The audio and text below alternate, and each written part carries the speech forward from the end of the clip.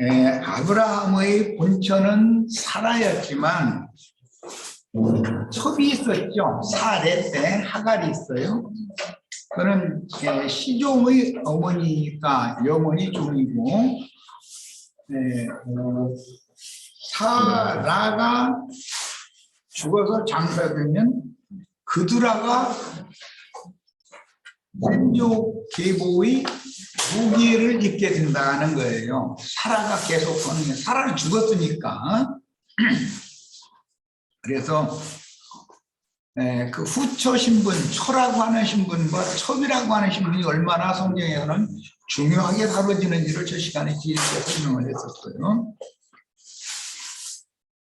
자, 아브라함의 본처인 사라의 사후에 향기로운이라는 뜻의 그두라가 사라 생전에는 첩의 신분이었으나 사라의 사후에는 영적 자손의 두 개의 조상인 아브라함의 후처 신분이 되어서 영적 자손의 5개의 조상인 하늘의 해를 입은 한 이적의 여자가 되는 비밀을 고해사로 실현합니다. 그런데 사라와 하갈만을 대비하고 있지만 사실은 이 비밀의 여자가 그두라 하늘에 이름이 등재되어 있는 후사들을 낳은 하늘의 이적적인 여자 얘기가 나와요. 그건 그두라라고는 안 했어요. 그런데 그 그두라는 사라의 후계를 잇는 사라와 같다. 그 아들들의 이름은 그두라 이름으로 등재되는 것이 아니라 사라 이름으로 등재된다. 아까 첫 시간에 그걸 강조해서 말씀을 드린 거예요. 그래야 후사가 돼요. 자, 그런 경우를 적을 붙인다 이렇게 표현을 했어요. 적붙임이 된다. 그리고 이방인들이 믿음으로 아브라함의 자손으로, 영적 자손으로 적붙임이 되는 거예요. 그래서 그런 경우를 양자라고 신약에 번역을 했는데, 이것은 그 문자적인 의미는 아들 되게 하는 것, 아들을 만드는 것, 그런 뜻이에요. 저 신학적인 뜻으로 하자면.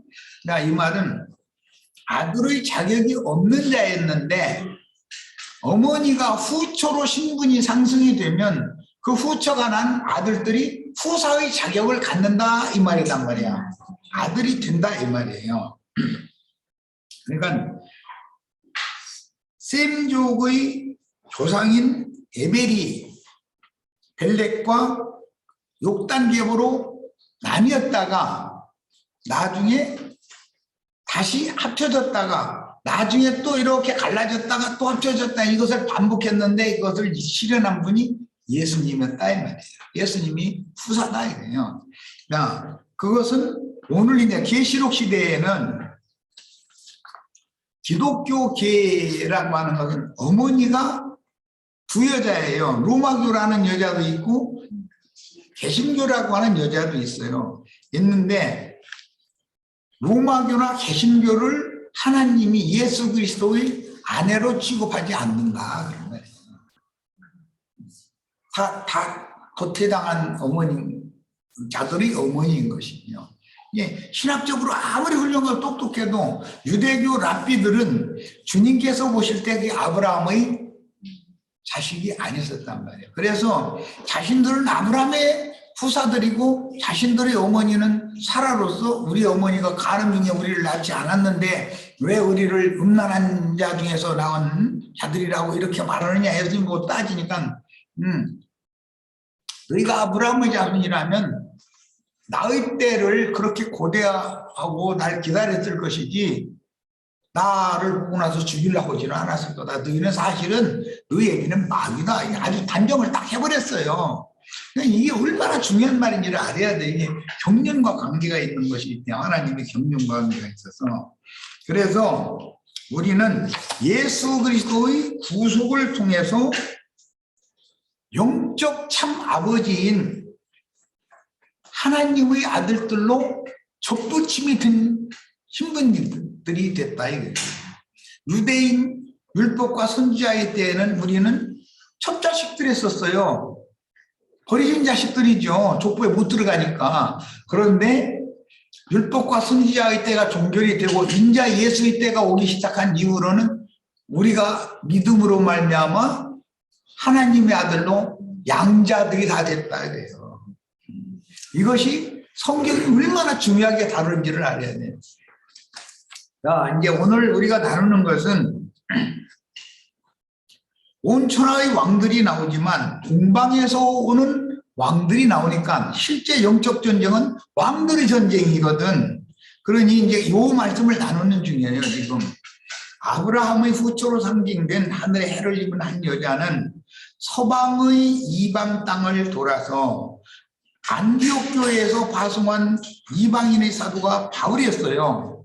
그런데 바울은 동방 쪽으로 전도를 가려고 했어요. 그런데 예수의 영이 막았어요.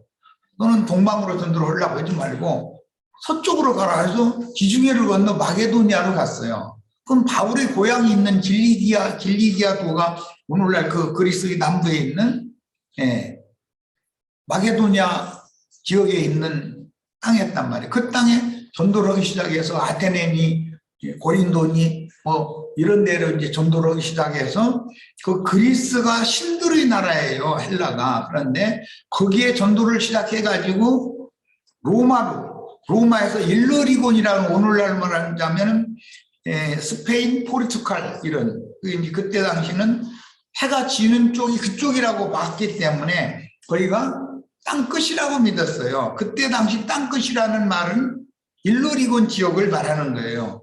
그 해변에 스페인, 포르투갈 이쪽에서 해가 진다고 봤기 때문에 그쪽으로 진다고 봤기 때문에 그러나 사실은 이제 나중에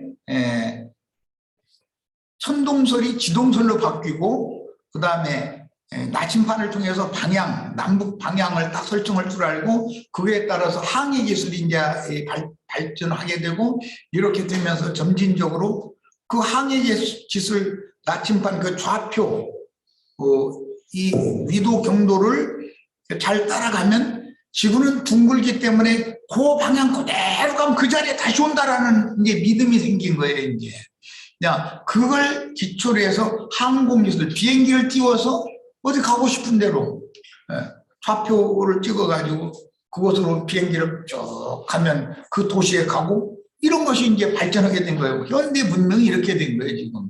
이것이 지금은 더 발전해서 달나라도 가고 심지어 화성에도 간다 이거예요.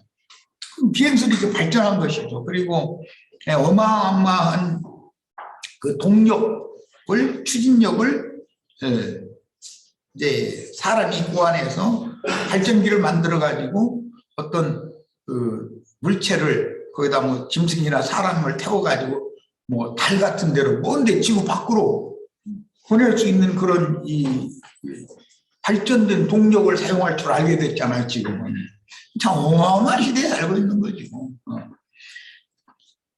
이거는 우리 불과 한 50년 전만 해도 꿈에도 생각지도 못하던 일이에요. 거기다 대고 지금은 인공위성을 지구를 이렇게 도는 인공위성을 띄워가지고 지상에서 인공위성 쪽으로 뭘 쏴서 이제 소리나 음악이나 미술이나 모든 것 전부 다 쏴 올리면 거기서 다시 반영해서 다시 내보내면 온 지구상에 있는 모든 사람들이 이 서울에서 일어난 일을 전 지구상 모든 사람들이 다 볼 수 있는 시대예요. 거의 동시에. 그만큼 빛의 속도로 이 통신 속도가 빨라진 시대에 우리가 살고 있는 거예요. 그 이제 인터넷 이런 데 보면 회사 이름을 광통신 이러잖아요. 빛의 속도로 이 모든 자료들을 빛의 속도로 전송하고 받을 수 있는. 옛날에는 뭐 그 매스미디어라고 해봐야 뭐 윤전기에서 신문 막 찍어가지고서 사람들이 막 신문 돌리고 그래야 그때서 소식을 알았잖아요. 그런데 지금은 인터넷에 보면 마우스 커서로 가도 인터넷에 자기가 알고 싶은 걸 뚝 갖다 대면은 그냥 모든 소식이 막 쏟아져 나오는 시대에 살고 있는 거예요. 그런데 이렇게 좋은 세상에 살고 있으면서도 이런 말씀에 대해서는 무관심해. 나 이거 정말 사람 죽을 일이야 이거 아주. 어떤 어머니가 자식이 후사권을 얻느냐는 문제가 성경에서는 얼마나 중요하게 다뤄지는데 이런 문제는 관심이 없어. 관심이. 사람들이 성경이 중요하게 여기는 것은 우리는 그렇게 우준하거나 그렇게 교만하거나 어리석은 사람이 돼서는 안 되겠어요. 자칭 인간적으로 지혜롭다고 생각하는 것이 하나님 볼 땐 그게 우준한 것이고, 하나님과 우리 사이가 이게 담이 생겨가지고 가려지게 하는 역할을 한다는 걸 잘 생각을 하셔야 되겠어요. 자, 그래서 할 수 없이 복음이 이제 동방 쪽으로 전해지는 것이 아니라 서방 쪽으로 전해졌어요. 그래서 서방 세계를 돌아서 동방의 아시아의 끝이 한반도예요. 전쟁을 통해서 대원군의 세국 정책을 통해서 못 들어왔다가 막혔다가 6.25 전쟁을 통해서 나도와 형제 같은 사람이 고아원에서 강제로 밥 얻어먹느라고 나 성경 외운 거예요. 그런데 지금은 이제 자꾸 이제 쇠퇴해져서 그때 당시 외웠던 게 다 없어졌는데, 그때는 하여튼 풀해주기 한 그릇씩 이렇게 쭉 올려놔두고서 순서대로 딱 서서 그 선교사님이 어디서 어디까지 이거 읽으라고 딱 읽어가지고 암송을 묻은 밥을 진짜로 안 줬어요. 그거 막 외워야 하는 거예요. 그렇게 그때는 강제로 이게 성령을 주고 신앙교육을 받았는데, 오늘날 내가 우리 형제 자매들 모아놓고 성경 가르치는 사람 되리라고 난 꿈에도 생각도 안 했어요. 꿈에도 생각을 안 했어요. 그러니까 전능하신 하나님은 미리미리부터 다 계획이 있어서 뭔 일을 하신다는 걸 나중에는 이제 깨달은 것이죠. 하나님의 지혜와 하나님의 그 선견 지식과 이런 것은 인간은 상상하기도 어려워요. 6.25라고는 전쟁을 통해서 한국에 오히려 복음이 전파되는 그런 계기가 된다는 것은 꿈에도 생각지 못한 거예요. 그 많은 사람들이 죽고 다치고 고아와 과부가 그렇게 많이 생기고 그랬는데, 그런 대가를 지불하게 하시고 하나님은 한국 땅에 복음을 들어오게 했잖아요. 근데 복음보다 더 중요한 건 없는 거죠, 알고 보면. 난 이런 걸 자꾸 깊이 생각을 해가면서 주님 앞에 요즘 들어서는 감사한 게 너무 많아요. 부족함이 없어. 우리 형제 자매들 만난 것이 얼마나 행복해요. 우리 형제 자매들 세상에 돈 많이 벌어서 행복하시지 말고 같은 신앙을 가진 형제 자매들이 한 자리에서 이런 말씀을 같이 나눌 수 있다는 것이 이것보다 더 행복한 일은 없는 거예요. 우리 삶에 필요한 모든 것은 덤으로 더 주는다고 약속한 것 때문에 주시는 거고.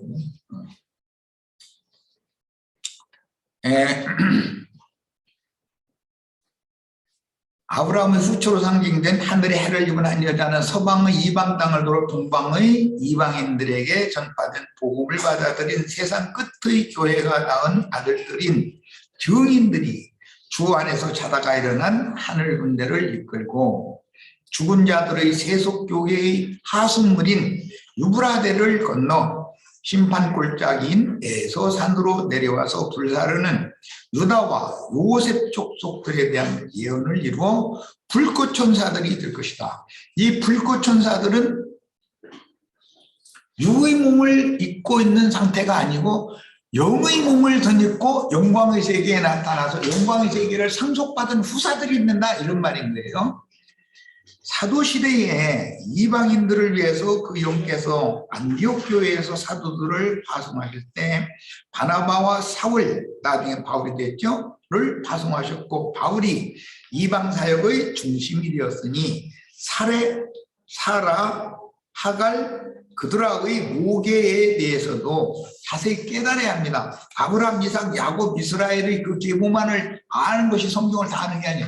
한쪽만 아는 거예요. 감춰져 있는 목에도 알아야 돼요.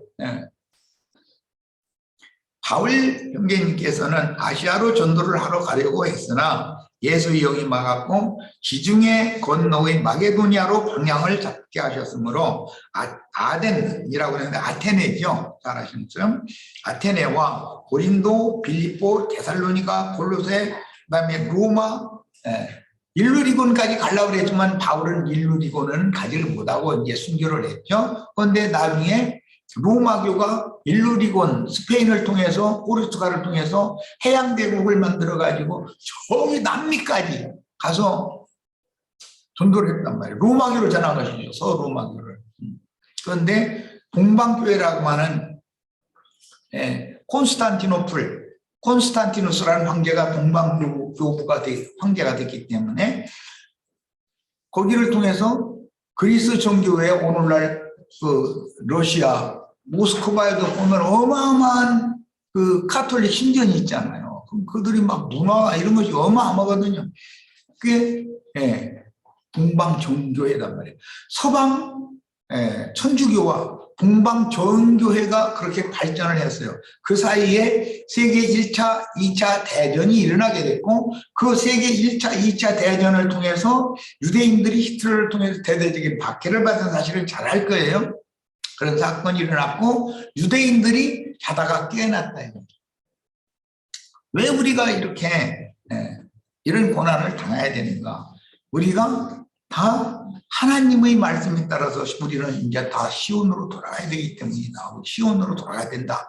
해서 그 시오니즘이라고 시온주의 사상이 일어나면서 미국에 있던 그 유대인들, 러시아 쪽에 유럽 각국에 흩어져 있던 유대인들이 돈을 모아가지고 오늘날의 그 팔레스타인 땅의 지주 중에 대부분이 그리스 사람들이었거든. 다 찾아내가지고 턱없는 값을 주고서 사는 거예요. 땅을. 가운데 자리를 쫙 놔두고 외곽에서 땅을 점조직을 통해서 쫙 사는 거예요.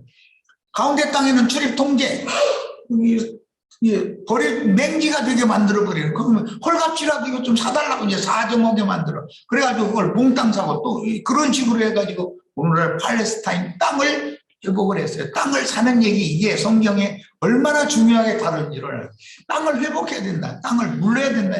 잃었던 땅을 이것은 사실은 잃었던 생명의 처소가 마음이기 때문에 인간들이 마음을 예수의 피값을 주고 다 사는 것을 역사적으로 그렇게 실현을 했다 이거예요. 그래서 이스라엘 나라가 세워졌어요. 그러나 하나님의 생각에는 육적 이스라엘 나라가 세워지는 것을 목적으로 하는 것은 아니다 이거예요. 영적인 이스라엘 사람들이 신앙이 회복이 돼야 되는 거예요. 그 신앙 회복을 위해서는 이스라엘 사람들에게 복음을 받았던 이방인들이 오히려 이스라엘 사람들에게 복음을 가서 값없이 파는 거예요.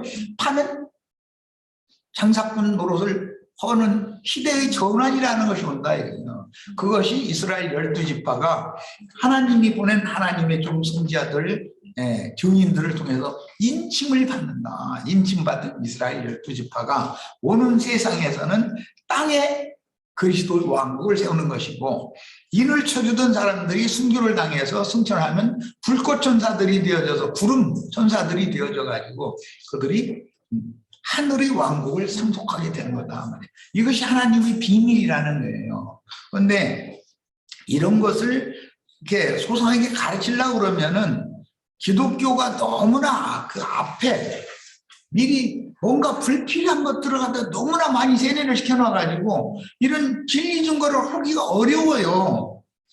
들으려고를 않고 그러는데 아무리 세상이 그렇게 어둠의 세상은 사람들을 믿는 신자들을 어둠의 권세로 딱 붙잡아 놓고 풀어주지 않으려고 해도 우리 형제 자매님들은 이걸 가서 전해야 된다 이거죠. 사탄의 결박에 누설에 매인 자들을 다 풀어서 자유를 주고 해방시켜줘야 될 책임이 있어요, 우리들에게. 근데 이것이 이제 이 시간에 나누는 말씀의 핵심입니다. 저 아래를 보겠습니다.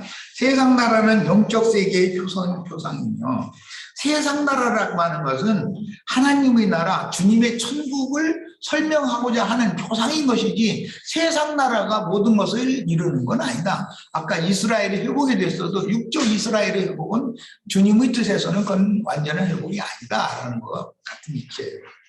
진리의 하나님은 사도시대에 아시아의 7교회들을 세우게 하셨으나 아시아의 7교회는 모두 타락이 임하여 세속화되므로 이기는 자들의 교회를 회복하여 하늘에 기록한 장자들의 교회를 세우는 사명이 우리에게 맡겨졌습니다.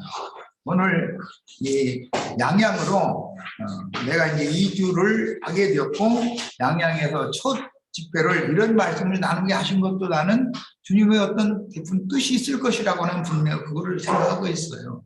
근데 오늘 이제 만나고 했던 몇몇 형제들을 못 만나서 마음이 이제 썩나기는 하지만 다음 주에는 이제 온다고 했으니까 다음 주를 또 기대를 해야죠. 뭐. 회교도들의 아랍권에 의해서 동방교회를 무너뜨리고 북방으로 발전했고 서방 세계를 거쳐서 동방의 복음을 전하게 하셨으므로 마무리하실 때는 당연히 동방에서 이기는 자들이 나오게 마련이고, 그게 동방에서 오는 왕들이라는 게 왜 나오게 되는지를 지금 설명한 거예요. 주님의 예언과 명령은 모든 민족에게 복음이 전파된 이후에 온 지구상에서 역사적으로 말씀이 이루어지게 마련이다. 역사적으로도. 자, 이방인의 때인 교회 시대가 종결될 때 큰 강 유브라데는 마르고 동방에서 오는 왕들 곧 홍해바다가 마르고 큰 강 유브라데가 마르고 하는 것은 세상의 영들의 흐름이 끊긴다 이 말이에요. 세상의 영들이라는 것은 광명현사를 가장한 어떤 어둠의 권세자들이 이제 활동을 하는 시대에, 그런데 그들이 권세를 하나님 끊어버린다 하는 거예요. 주권적으로. 그러니까 세상의 영의 흐름이 다 끊어져 버리는 거죠. 그러면 마른 땅으로 이제 하나님의 백성들, 하나님이 이기는 자들, 하나님의 장자들이 그 건너가는 거예요. 이것은 상징이에요. 이방인의 때인 교회 시대가 종결될 때 큰 강 유브라데는 마르고 동방에서 오는 왕들 곧 아브라함의 후처가 된 동방 사람들의 모계의 조상 그드라로 상징된 해를 입은 하늘의 여자가 낳은 전사들이 도적같이 오시는 주님과 함께 무기토산 골짜기 전쟁터로 오는 길을 개척하는 사명을 수행하여 세상 나라를 주와 그 그리스도의 왕국으로 세우는 것입니다. 이건 굉장히 중요한 말이에요. 예수님이 오실 때 주님이 오시는 길을 예비하는 사역을 독생자가 오시니까 한 사람 요한이 그 사역을 했죠. 구름 같은 증인들을 타고 성도들과 함께 오는 세상에 나타나시기 위해서는 많은 증인들이 필요한 거예요. 이제 그들이 동방에서 유브라데 강을 건너오는 왕들이다라고 표현을 했단 말이에요. 자, 귀신들이 거짓말하는 명에 의하여 미혹당한 천하 만국의 왕들도 무기토산 골짜기로 모여서 큰 나라의 전쟁을 통해서 원수의 군대는 멸망당하고 세상의 모든 청소가 끝나면 주와 그 그리스도의 왕국이 실현되어 그 천년이 차기까지 이어지는 동안 인마진 이스라엘 12지파의 14만 4천이 다시 채워지게 되는데, 그 기간을 그 천년이 차기까지 하나님 말씀과 저희 가진 증거를 인하여 목배임을 받은 자들의 영혼들과 짐승과 그 우상에게 표시를 받지 않은 자들이 살아서 그리스도로 더불어 제사장이 되어 그 천년의 차이까지 왕노를 타리로다, 이렇게 해놨어요. 그럼 그 왕들이 누구냐? 우리들 중에서 나오는 것이지 오는 세상에 인마진 혈통적인 이스라엘 12지파에서 나오는 게 아니라는 거예요. 그 혈통적인 이스라엘 백성들은 살아도 백성일 뿐이지 그들은 왕이 되는 것이 아니라는 거예요. 자, 그들은 성경을 계시로 깨닫도록 광명한 새벽별이신 주님의 그 영께서 신부와 함께 말씀하시는 의미를 영감으로 받은 이기는 자들이요 하나님의 아들들이고, 무기토 골짜기의 전쟁은 빛의 말씀으로 어둠의 권세자들을 경멸하는 큰 날의 전쟁입니다. 이들은 그 천년의 왕국이 시작이 되면 첫째 부활로 일어나서 그 천년이 차이까지 그리스도로 더불어 제사장이 되어 왕노릇할 구원의를 받으니, 하늘에 기록한 교회의 믿음 생활은 기록된 성경의 계시를 깨닫게 해주는 광명한 새벽 별이 마음에 떠올라서 동방의 목자들인 과학자들처럼 예수의 샛별에게 인도를 받습니다. 이게 참빛은 예수인 것이죠. 오늘 우리도 샛별이 마음에 떠올라서 주님의 세계로 우리가 인도를 받아야 된다는, 이게 영적인 세계다 이거예요. 영적 세계. 진리의 세계죠. 빛의 세계.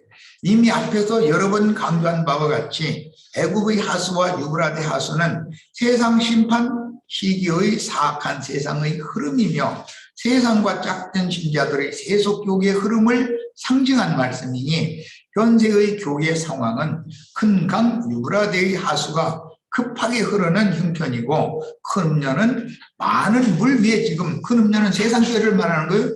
많은 물 위에 있는데 짐승들을 타고 앉았다. 그러니까 많은 물을 지배하는 자들은 짐승들이다 이거 짐승들.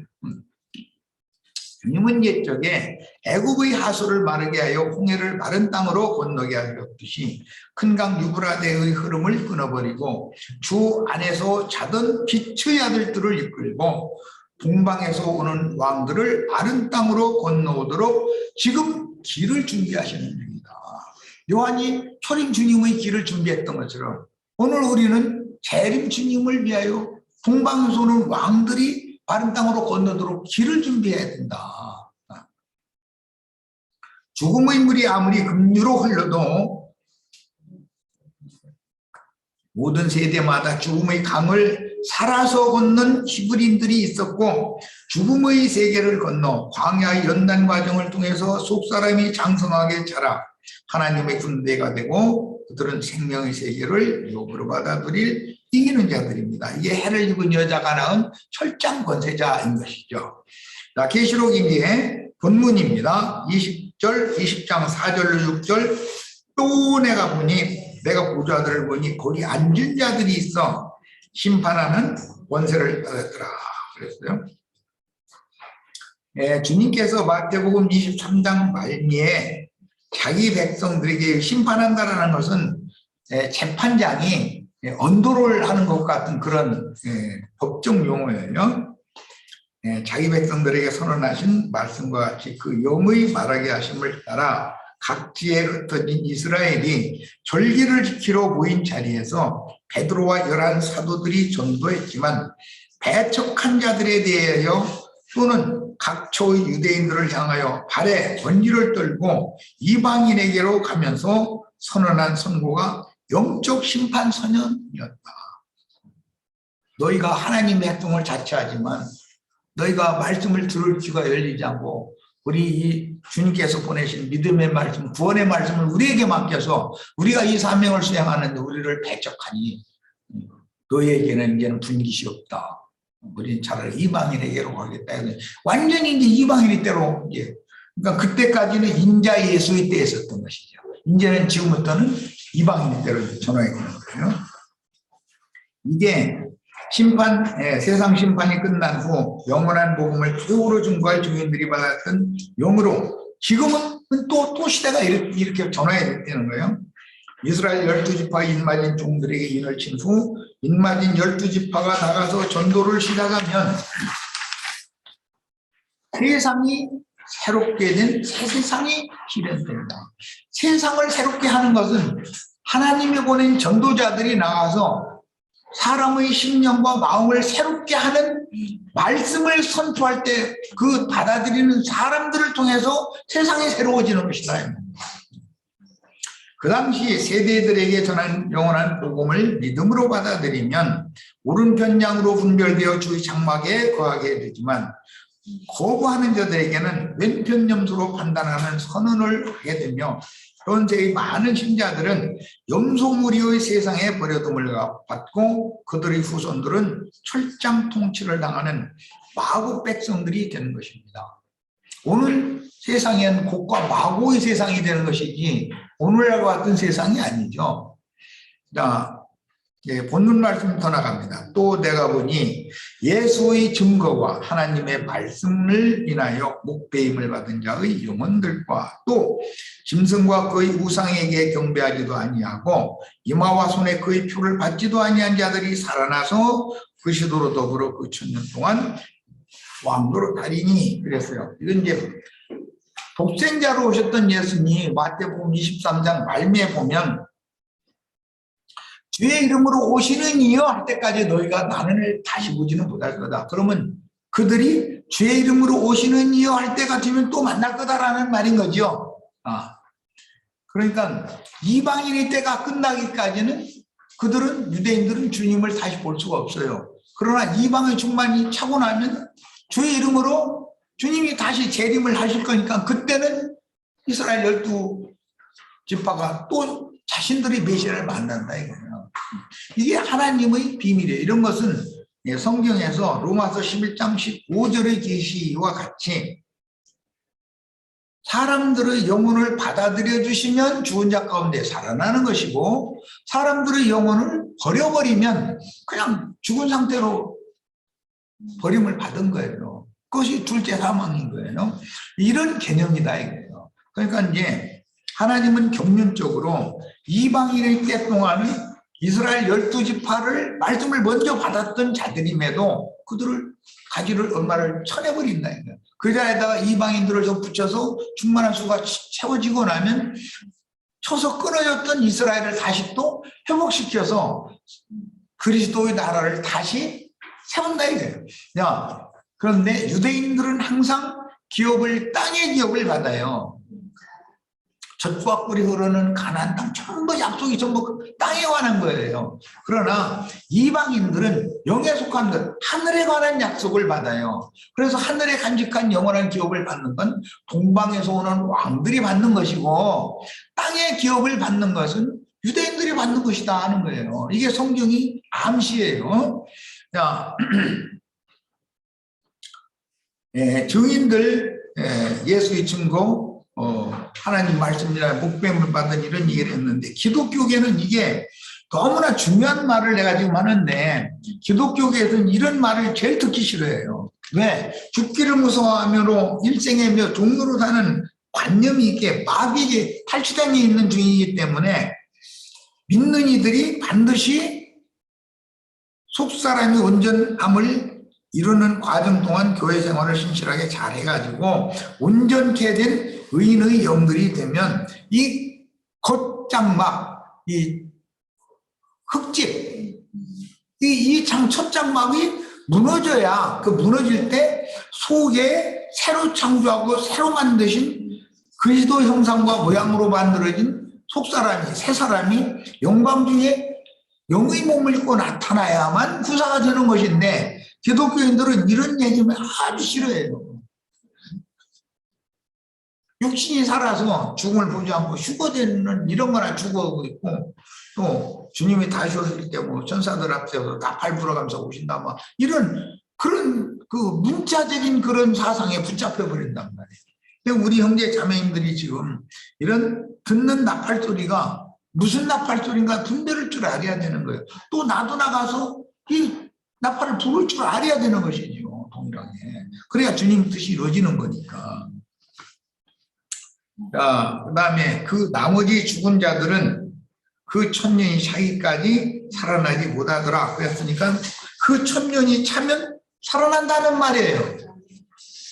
주의 이름으로 오시는 이어할 때까지 너희가 나를 다시 보지 못하리라 그랬는데 주의 이름으로 오시는 이를 만나는 때가 정해져 있었던 거예요.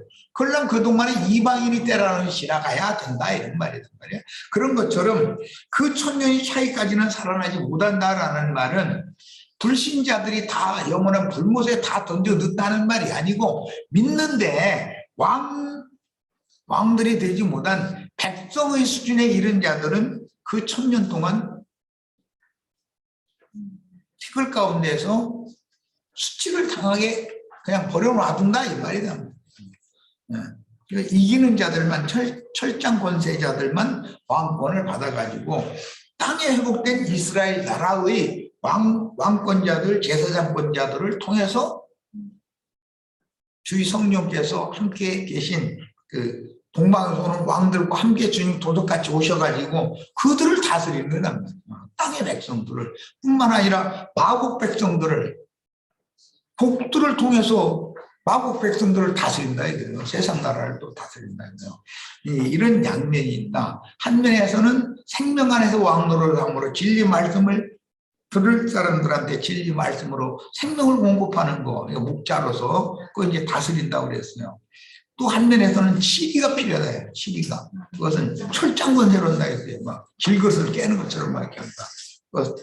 이런 성경의 표현에 대해서 이해가 있기를 바랍니다. 그 다음에 부활이라고 할 때 이는 첫째 부활이라 그랬는데 첫째라는 것은 서수이기 때문에 기수가 아니라 서수라는 건 순서상의 숫자다 이 말이에요.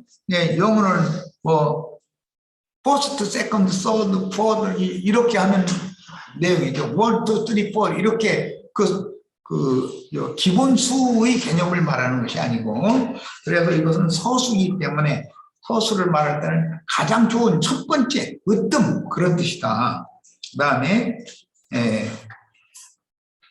첫째 부활은 영적 장자들이 예수 안에서 자다가 마지막 나팔 소리와 함께 일어나서 맞을 제일 좋은 그 부활입니다. 이 첫째라는 용어는 돌아온 둘째 아들에게 제일 좋은 그 옷을 갖다 입혀라 이렇게 말씀하셨죠. 그게 같은 용어예요. 첫째라는 용어예요.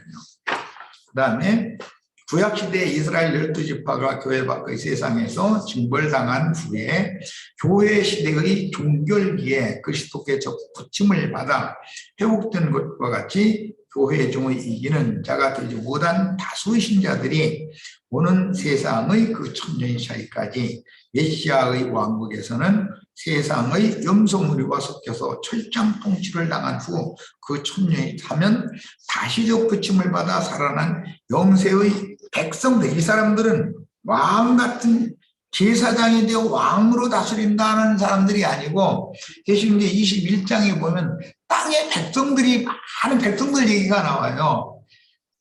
거룩한 성에 들어간 왕들에 의해서 백성들은 치료를 반복해서 받아야 된다고 돼 있어요. 그러니까 성경이 말하는 의도를 명확하게 깨달을 필요가 있는 거죠. 그들이 다 불신자들이 아니에요.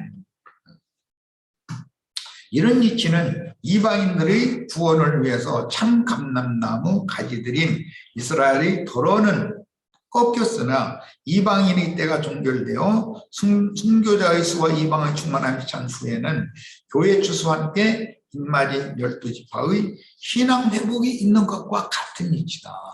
이방인들이 천년이 찬 후에는 믿는 이들이라면 그 이름이 다시 농명이 될 수가 있다. 그러나 그들은 왕노릇을 하는 사람들이 아니라 오는 세상에 땅의 백성들이 된 것이다. 새 세상, 영원한 세계에서. 이 첫째 부활, 제일 좋은 부활에 참여하는 자들은 복이 있고 거룩하도다. 둘째 사망이 그들을 다스리는 권세가 없고, 이 둘째 사망이라고 하면 불못이죠. 불못. 첫째 사망은 육의 몸이 죽는 것이고, 둘째 사망은 영혼의 죽음을 지금 말하는 거예요. 그들을 다스리는 둘째 사망이 그들을 다스리는 권세가 없고, 도리어 그들이 하나님과 그리스도의 제사장이 되어 천년 동안, 그랬는데 그가 있어요. 그 천년 동안 그리스도로 더불어 왕노릇 하리로다. 이렇게 오늘 이제 말씀 이제 마무리를 하려고 그래요. 왕노릇이라는 말이 두 면이 있다라는 것, 목자로서 공급, 생명 공급을 하고 돌보는 그런 것을 왕노릇이라고 해요. 다스린다라는 개념이 두 가지가 있다는 거예요. 하나는 철장으로 만국을 철장으로 질그릇 깬 것처럼 그렇게 치리, 그런 통치, 그런 면이 있고 공급의 면이 있다. 다스린다는 용어에는. 여러 모양과 여러 부분으로 기록된 부활에 관한 진리는 다양한데, 먼저 생명의 부활, 심판의 부활, 의인의 부활, 악인의 부활이 있고, 현세에서 영이 거듭나는 부활과 혼의 구원을 이룬 후에 몸이 구속을 받아 신령한 몸으로 예수 안에서 잔다고 그랬지만 그 영혼이 주 안에서 쉰다라고 표현이 됐어요. 오는 부활 때 마지막 나팔과 함께 우리들이 지금 현재 증가하는 이 영원한 복음이 마지막 나팔이다. 이게 마지막 나팔과 함께 단체적으로 일어나는 부활이다. 개인적으로 영이 살아나는 부활도 있지만 하나님의 경륜에 의해서 어떤 민족이 단체적으로 버림을 받고 단체적으로 또 받아주심이 되고 이런 부활이 또 있는 거다. 로마서 11장에 보면 버림받았던 이스라엘 12지파를 주님이 받아주시면 죽은 자 가운데 살아나는 것이 아닌 것이냐 그랬어요. 그러니까 주님께 버림을 받으면 죽는 거고, 주님께서 받아주시면 죽은 자 가운데서 살아나는 이시다. 장자들의 부활인 처음 익은 열매들 곧 11조로 드려진 영혼들의 제일 좋은 부활인 장자들의 주수와 나중에 익은 대부분의 열매들인 본물 주수로 상징되는 부활이 있으며 끝물 주수로 일어날 부활도 있으니 우리는 제일 좋은 그 부활을 삼아야 된다. 바울 사도가 이 부활을 그렇게 사모했어요. 빌립보서 3장 10절로 11절에 나오는 말이에요. 첫 아담 세계 인류에게 들어온 선악을 아는 지식과 진리를 거스르고 대적하는 악한 성품인 죄성이 제거되고 의의 말씀을 경험하여 하나님의 의로 조성된 그리스도인들의 생명으로 땅의 백성들인 양무리는 신령한 양육을 받습니다. 그러나 염소무리는 세상 만국에 살아가는 오는 세상의 만국 백성들을 출장으로 통치하는 새 세계가 이어지는데 교회 시대가 끝나면 그 천년이 차기까지 장차 오는 세상에서는 주와 그 그리스도의 왕국의 실현이며 우리는 하늘에 간직한 기업을 상속받을 것이고 회복된 이스라엘 12지파는 땅의 기업을 회복하게 될 것이다 라는 거예요. 또 내가 보좌들을 보니, 여기는 복수예요. 어린 양의 보좌 하나만 있는 게 아니에요. 보좌들을 보니 거기 앉은 자들이 있어요. 복수예요. 이 자들 안에 우리가 다 들어가야 되겠어요. 심판하는 권세를 받았더라. 이 심판은 재판장이 최종 선고 공판을 하는 그런 선언을 하는 것을 말하는 거예요. 복음 전파를 할 때 증인들이 하나님의 말씀을 선포를 하는 것은 재판장의 그 최후 선고 공판과 같은 뜻이다.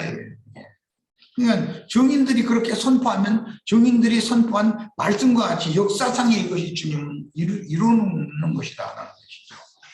사도 요한은 현재 반모라는 섬에 유배 중인 몸이지만 성령의 감동을 받은 영으로 계시록의 모든 이상들을 보고 들었으며 본문에서 이상으로 본 보좌들은 마태복음 25장 31절로 34절, 누가복음 34절로 36절과 일치하는 이상이다. 이것은 주님이 천국의 영광을 가지고 오는 세상에 다시 올 때 작은 소자들과 함께 와서 보좌들이 함께 앉아서 오른편 양과 왼편 염소를 분별하게 한다고 그랬어요. 사람이 부활의 자녀가 되고 하나님의 자녀가 되므로 천사들과 동등으로 만들어져서 하나님의 왕국을 상속받은 이기는 자들에 대한 계시를 증거하고 있습니다. 하나님의 보좌는 하늘이요, 하늘 보좌는 지성소의 속죄소로 계시되었는데 하나님의 보좌는 하늘은 나의 보좌요 그러죠. 하나님의 보좌는 하늘이에요. 그럼 그 하늘이라는 게 뭔 뜻이냐? 인자 예수의 영을 말한단 말이에요. 그 우리가 하늘에 앉혀졌다라는 말은 구속받은 우리 영이 죽은 자 가운데서 살아나서 예수 안에 들어가서 주와 하나가 됐다라는 뜻이단 말이에요. 의와 공평이 주님 보좌의 기초라 하셨고 그룹들과 수랍 천사들이 보좌 주위에서 하나님의 영광을 소 찬양하는 것으로 기록되었으며 계시록 4장 4절에는 주님의 보좌 주위에 24장로의 보좌들이 있고 보좌들 주위에는 4생물이 있습니다. 천사들의 체제도 천사장과 어떤 천사장을 수종하는 천사들이 있듯이 오는 세상에서 사람 천사들의 체제도 왕노릇할 사람 천사들과 사람 천사들 왕노릇할 그들을 수종하며 땅의 만국 백성들과 함께 통치를 받는 사람 천사들의 세계가 현재는 우리가 사람 천사인 것이죠. 그런데 사람 천사가 미혹의 장막을 벗으면 천사들이 된다. 불꽃 천사들이 된다. 이 얘기예요. 지금 천사들의 세계가 주와 그 그리스도의 공의로운 왕국이니 오는 그 천년 기간의 왕국이고 하늘에 속한 자들과 땅에 속한 자들이 상존한다. 영원 세계에서도 거룩한 성 예루살렘과 예루살렘 성 밖 만국 백성들이라는 것이 영원 세계에 그대로 존재한다는 것을 보여준다. 그러니까 이 생에서 우리가 어떠한 신앙을 추구해서 어떤 사람이 되는 것으로 영원 세계를 우리가 지금 준비하는 거다라는 걸 알 수가 있는 거예요. 첫 아담 세계의 하나님 보좌인 속죄소 좌우편에는 수랍 천사들을 대표하는 그룹들이 주님의 영광을 수호하며 수종하지만 새 창조의 하나님 보좌 주위에는 사람 천사들인 네 생물을 대표하는 24장로와 네 생물과 함께 주님의 영광을 수호하며 찬양하는 영광스러운 직무를 영원히 수행하게 됩니다. 여기에 우리가 다 24장로 안에 다 들어가야 되는 거예요. 결과적으로는 누구의 가르침을 어떻게 받고 어떤 신앙생활을 하다가 끝날을 맞느냐라는 것이 이렇게 중요한 문제다. 성경에서는 아브라함의 그 부계만 있는 것이 아니라 아브라함의 초, 이삭의 초, 야곱의 초, 무게가 비밀리에 이렇게 계시가 되고 있다. 이게 아버지만 나를 낳은 것이 아니라 어머니를 통해서 낳는 거기 때문에 해를 입은 여자가 낳은 철장 권세자는 하나님의 아들이다. 그들은 내 아들이 된다. 나는 그들의 하나님이 된다. 해를 입은 여자가 곧 그드라.